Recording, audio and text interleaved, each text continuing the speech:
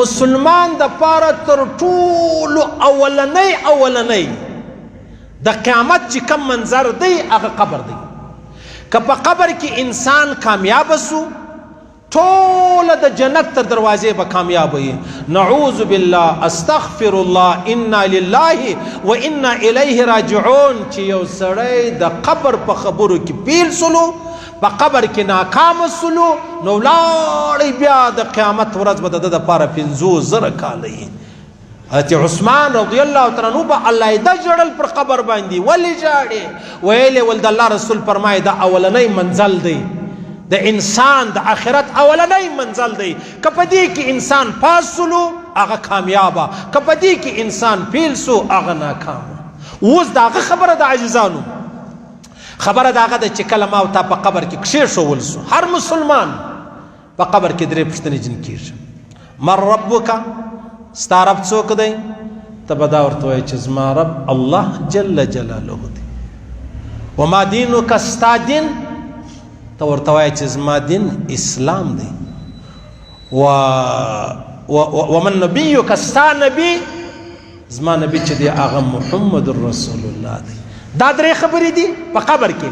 په دا 3 خبرو کې انسان پاس سلو ځب بیا تر قیامت د جنت د دروازې پر هېڅ یو مشکل نشته. هغه دغه 3 خبرې دي. رضیت بالله ربا، زه په دې راضي یم چې زما رب دی الله، او زه راضي یم په دې چې زما دین چې دی هغه اسلام دی، او زه په دې راضي یم چې زما نبی چې دی هغه محمد رسول الله دی. من ربک وما دینک ومن نبیک؟ تاسو ستاسو رب څه دی، ستا دین څه دی، او ستاسو نبی چې دی هغه څوک؟ دا 3 خبرې به جواب ورکوو.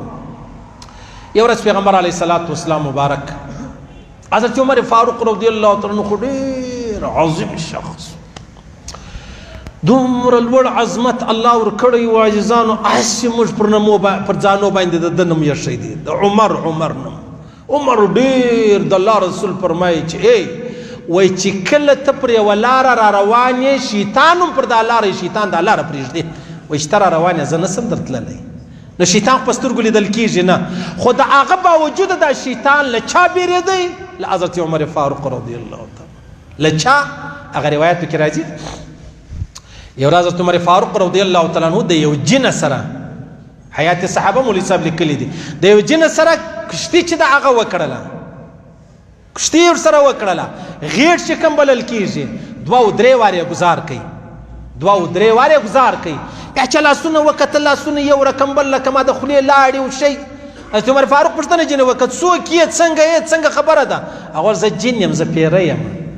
یو ورځ ما ویلې ما پیرانانو 50,000 روپۍ راوړې، ان خلکو اسمان پر، ان مولوي صاحب له پیرانان راغلي وان. پیرانان به څه یې، کیسه به څه یې، چانده به څه یې، ولې مې خانه خرابه ده، د پیرانانو څه مې خدایان جوړ کړي دي، نعوذ بالله، د پیرانانو څه مې فرشتې جوړې کړي دي. هېڅ یو شی نشته، بس یو مخلوق دی په سترګو لیدل کېږي نه، یو مخلوق دی په سترګو لیدل کېږي نه، هېڅ نور مشکل نشته پکې. انو مولوي صاحب تاله دا بله چا ویلې؟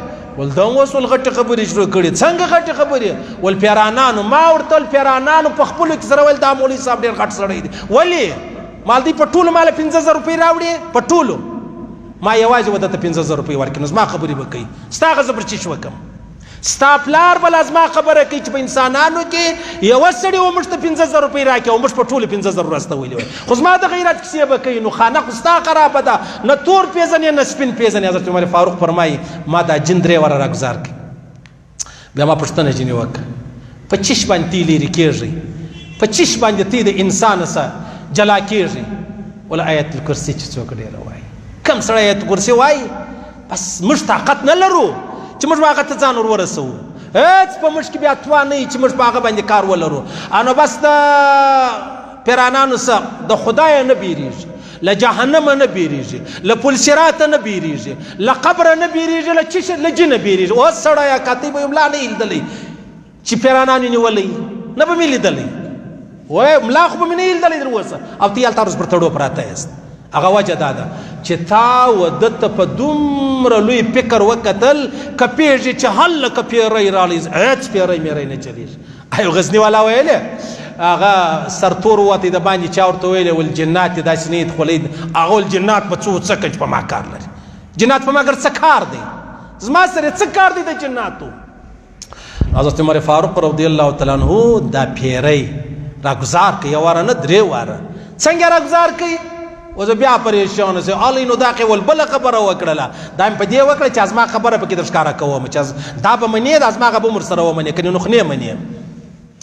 حضرت عمر فاروق رضی الله تعالی عنہ ته پیغمبر علی السلام وای عمر دی وای ها وای ته خورا غشتله، خورا غټ خبریم کوي، خورا ګرسه دي خبرو دا ما چې به خبره رااله ول یا رسول الله اجازه راکې، ول چې اجازه درکم، ول دای می سیټ ته کړه وای دا سر مر پر کړه نو ولینو نو دا بیا د بیم کوي، ګستاخیم کوي، بد خبره هم دی اوس دون نه یا بد خبره سي څوک وجنه نه یا رسول الله نو ستا بیا د بیچ وکی به خزنه پرېږدم نو زه قطعا نه پرېږدم.